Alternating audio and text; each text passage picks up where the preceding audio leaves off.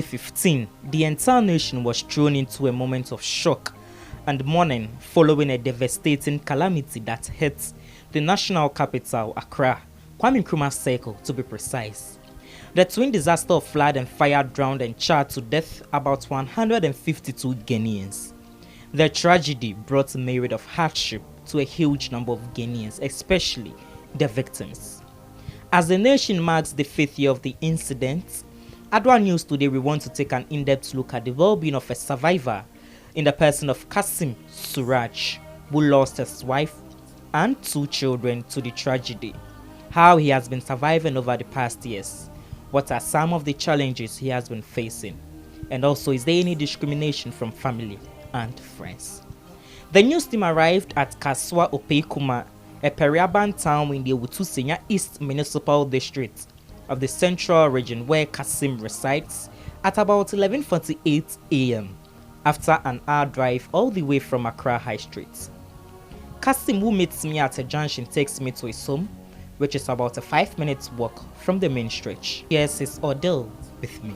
Mr. Kassim Suraj brings me to his place of abode, where I'll be engaging him to find out how he is surviving, or how he has been able to survive during these past days. What are some of the challenges he has been facing? How is he able to even fend for himself since this incident happened to him?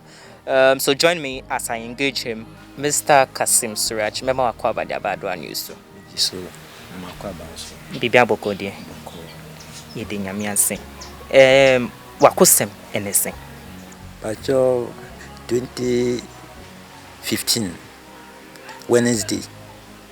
I about to say, and so started say, me kind here. I say 4 women and so started. Na me age man, but me point a coffee. To say 70 to 80 muna me sa tukan. Na me wife no on buy and I me tukan say, maybe family wife or circle. Maybe out on the no. Me bedroom no na one age kura. And I me me fan and I me fa me bands account and I say me do mo konima ba na me tikaswa se ye konima na ya koda o adichia na ya bakaswa ya nam kwanso kwa na ese oko mayenko gina filisage mkakra na me dika na eko ye do na nso nko kan na nso kan kwa eko of kan so konji mu na me panka me ya topo diesel na me jaka no filisage na me say okay ya twen na nso na twen na yako ejina filisage na preocupa na nisika yesik mini wa fisika mse anka yefam so mo na no afse o hwe mi hwe mechi ejanu no mi dani meni ejana be pemiti so mi struggle ya mi hwehwe bi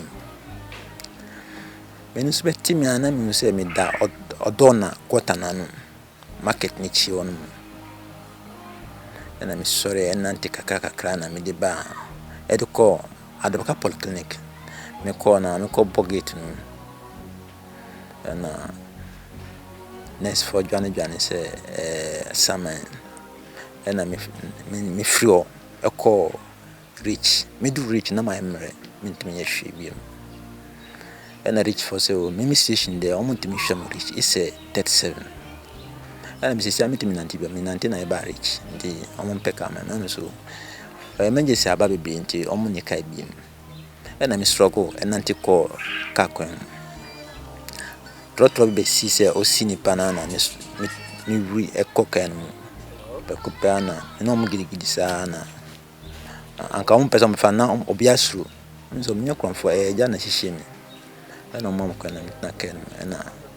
Ya do tesem bus stop man na mi sie na mi am nanti kakra na mi call na mo jimeto.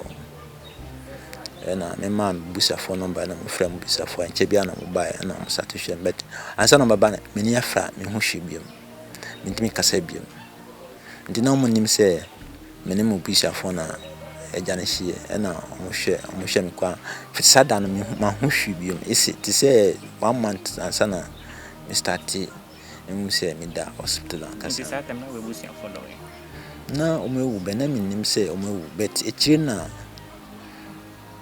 busa phone ba me chen ba cho se me yeri ene ba nti na me nim se o me wu be e ansa na Me hu na me bisa me papa no won say na me rin we no so omo darich me so omo darich nde omo ye nti da hia me kran say omo tiasin say doctor no be bisa me say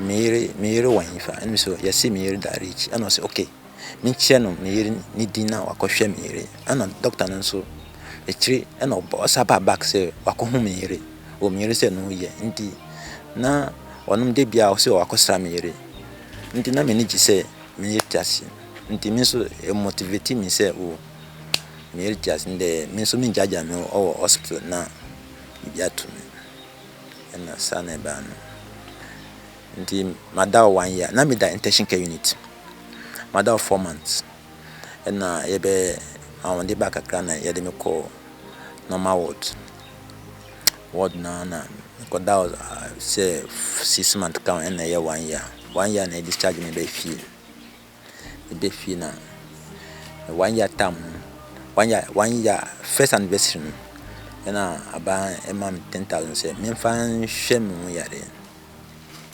scan of the mam and do bibia na scan because no boy din antibiotics ni donaton review ni we up and down nti mi gusu kosa na doctor na sama say ise mi sabe surgery bi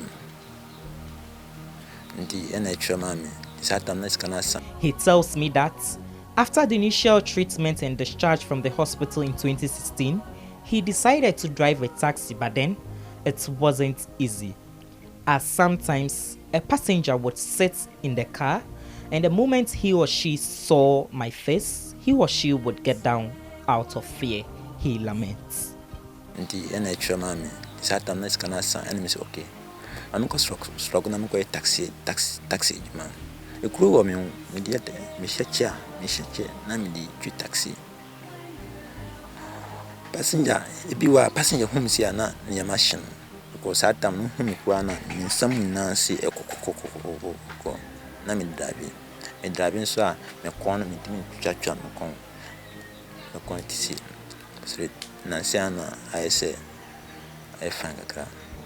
The car was my only source of income that was helping to pay the bills, but unfortunately, it broke down.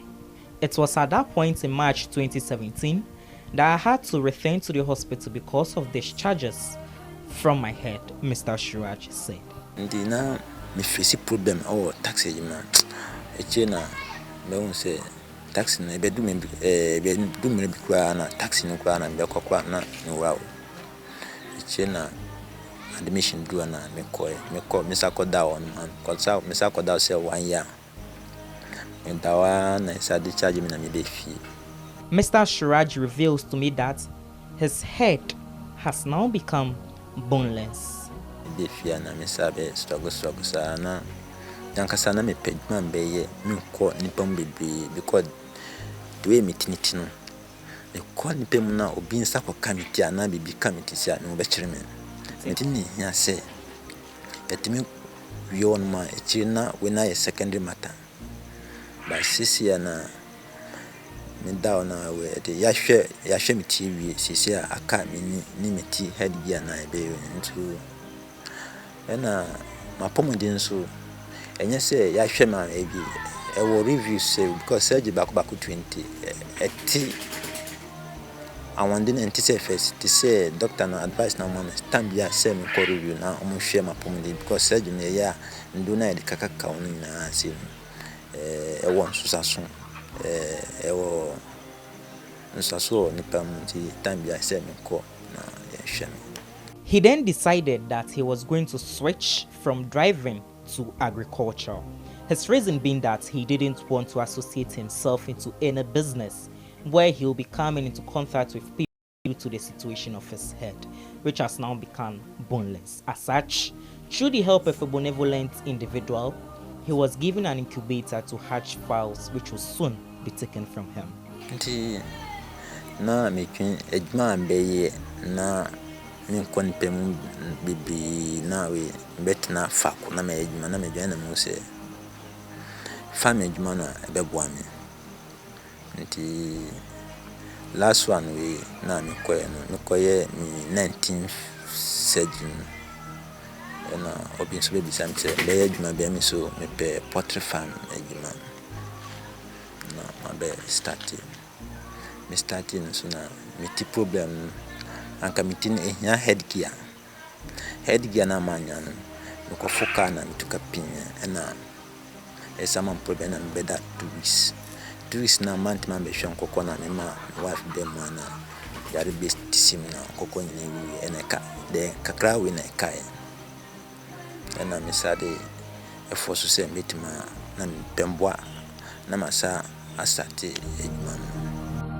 Cannot see without his lenses, started a poultry farm with a small portion of land given to him by his landlord.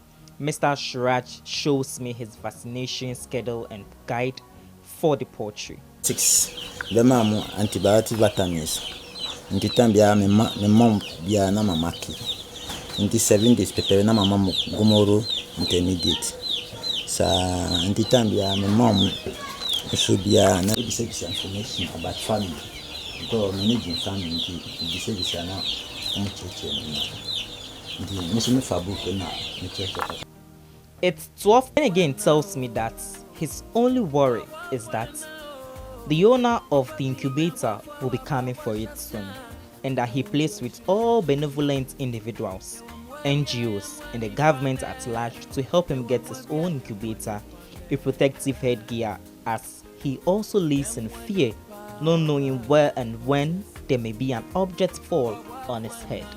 Lastly, to undergo an eye surgery so he could get his eyesight back. Itambia ko review say nice Kassim. Na se Kassim abedi kakra. Nkoko no wi na kastam na nkoko no kakra na metonko sia kakra na ndi solve my problem. But se ya nkoko nyewu afi na incubator na me geti won oye obidia enche bia oba be fanade. Nti enna me de pawo kakra na masanya nkoko no back.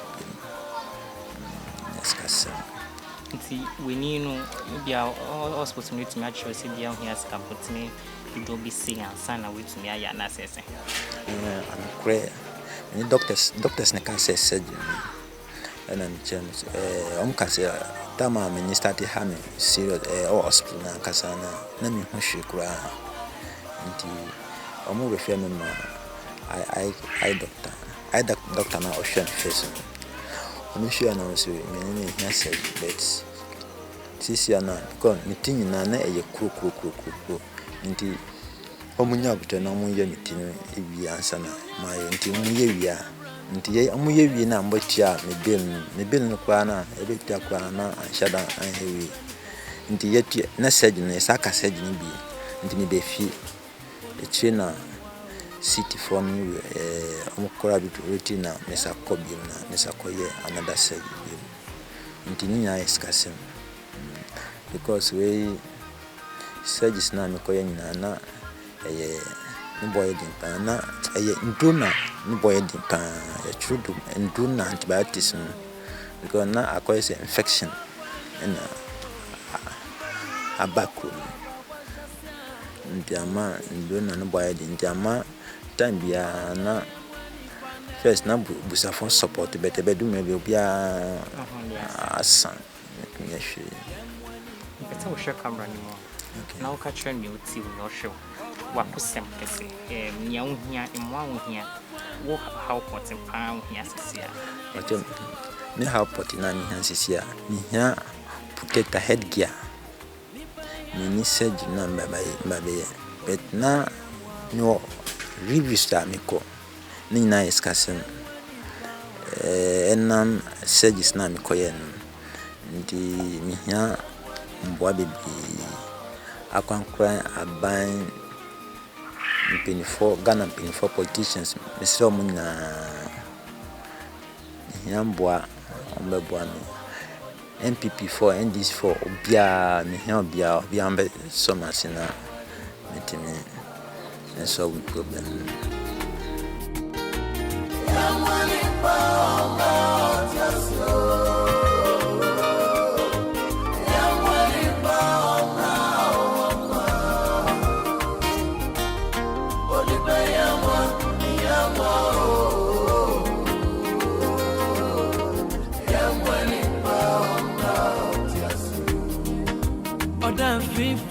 na form.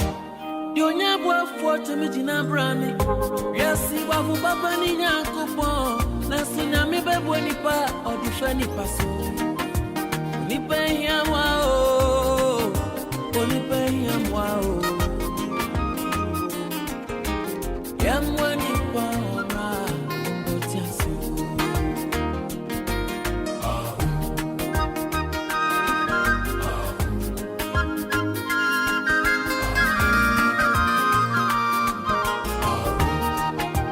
Nipa bi hu ya hu mitio. Nipa bi ni kaya kra. Papa ye bi nipa bi akwa maniemu.